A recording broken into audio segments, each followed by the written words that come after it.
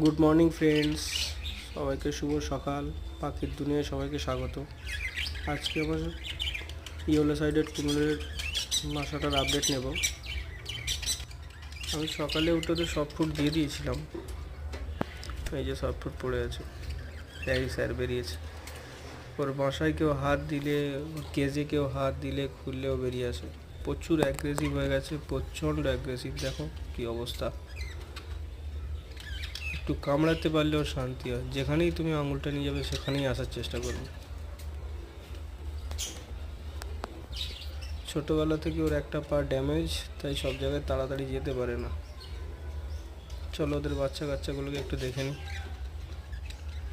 এগুলো চাপা দিয়ে রাখতে হয়, কারণ কেস বক্স একটু ফাঁকা আছে, থাকলে ওরা সারাক্ষণ ঠকঠক করে। এই বেরিয়েছে, দেখো তো, কেসের পিছনে আসতে সঙ্গে সঙ্গে ভিতরে চলে এসছে।